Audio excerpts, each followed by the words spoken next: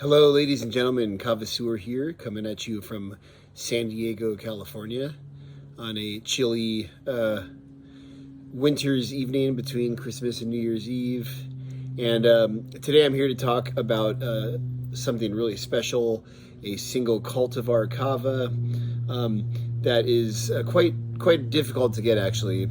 And this is one of those Kavas that I can review and talk about its effects, but I might have a hard time actually explaining how to get it because it usually involves you reaching out to somebody who knows somebody who's getting some Kava, and they're going to send you a package from another country that's in between the South Pacific and here.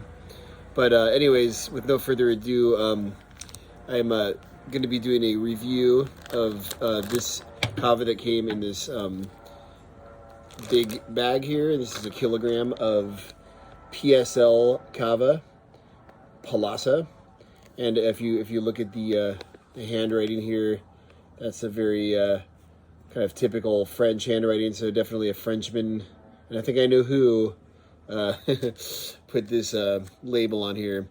And this is Palasa, which is a cultivar that's pretty difficult to get most of the time. I don't know that any major Kava vendors in the U.S. have ever sold Palasa.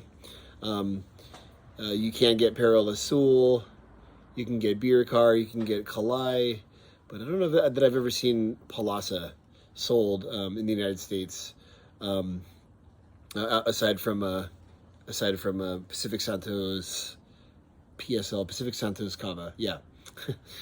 Sometimes I get the acronym screwed up. But anyways, this Kava, Palasa, is a really special, unique kind of Kava. I like to tell people that it puts some bula in your step. And by that I mean I'm using bula instead of putting spring in your step. What you can gather from that statement is that it's a kind of up Kava. It's an uplifting Kava. It gives you a little bit of strength and energy to kind of move forward in the day. Not really a great evening Kava, but certainly a good early afternoon Kava. What I would recommend if you drink Palasa Kava in the evening time is that when you finish with your Palasa Kava, you follow it up with something that's going to kind of mellow things out, like a Fijian Kava, maybe a Waka Loena blend or something like that. This Kava, I've already made it here, and it has a very, not unique color, but it's kind of somewhere between a Fijian brown kind of color and a milkier, creamier Vanuatu color. But the thing about it that really stands out when you drink it is it has a very strong, bitter, peppery kind of grassy taste to it. I didn't get that. Could you try again? No, I couldn't. So yeah, it has a very like peppery, grassy kind of taste that you would normally kind of associate with stronger Kavas, sometimes even Isas. I don't know the chemotype on this. It's definitely not an Isa. I've had, this is like my 4th or 5th time drinking from this bag alone, and definitely does not have any kind of Isa effects. It's very hitsy right away, gives you that lift, and then kind of comes down relatively smoothly, and you definitely don't feel it the next day. But I'm going to counterintuitively drink some of this Kava here from this pint glass because all my shells are in the on the East Coast. So to the hula, we bula.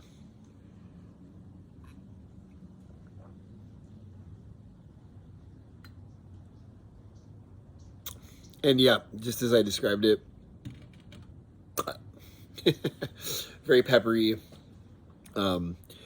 Really, it has a very strong numbing effect, more so than most Kavas that are out there.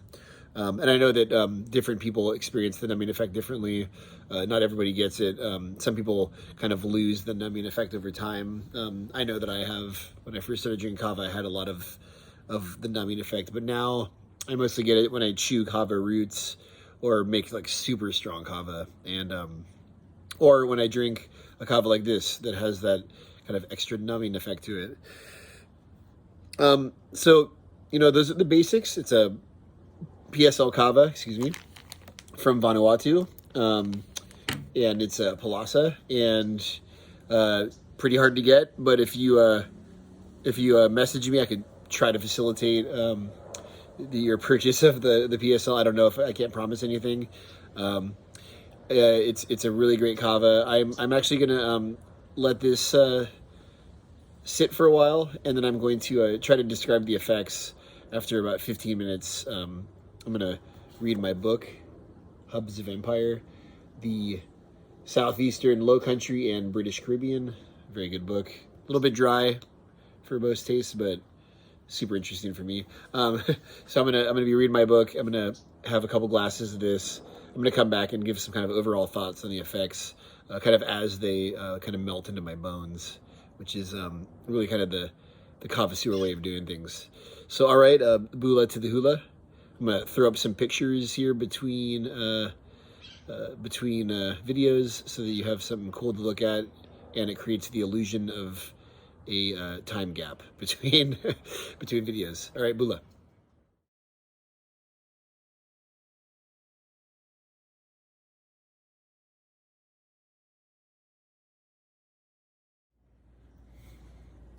All right.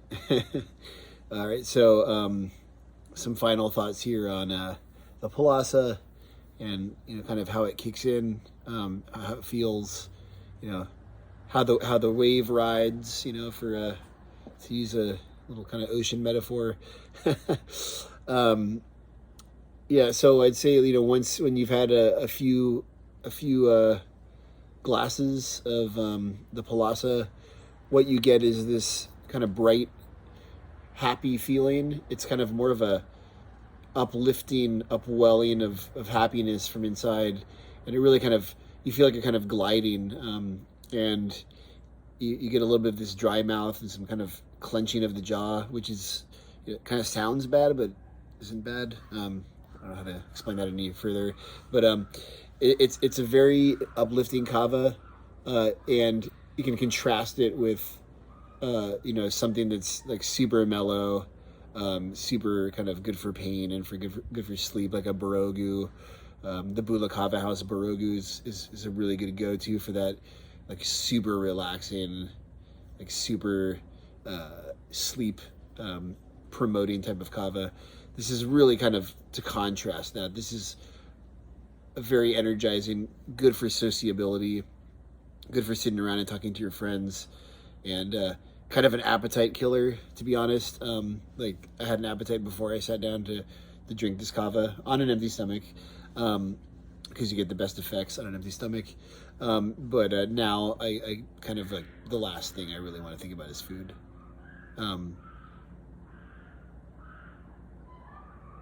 I hear a dog fight in the distance. Sorry. So yeah, that's Palasa from PSL Kava. And I do want to say that on that note of empty stomach versus full stomach, I want to go ahead and settle this debate once and for all. And stay tuned to the Kava Sewer website to watch me settle that debate.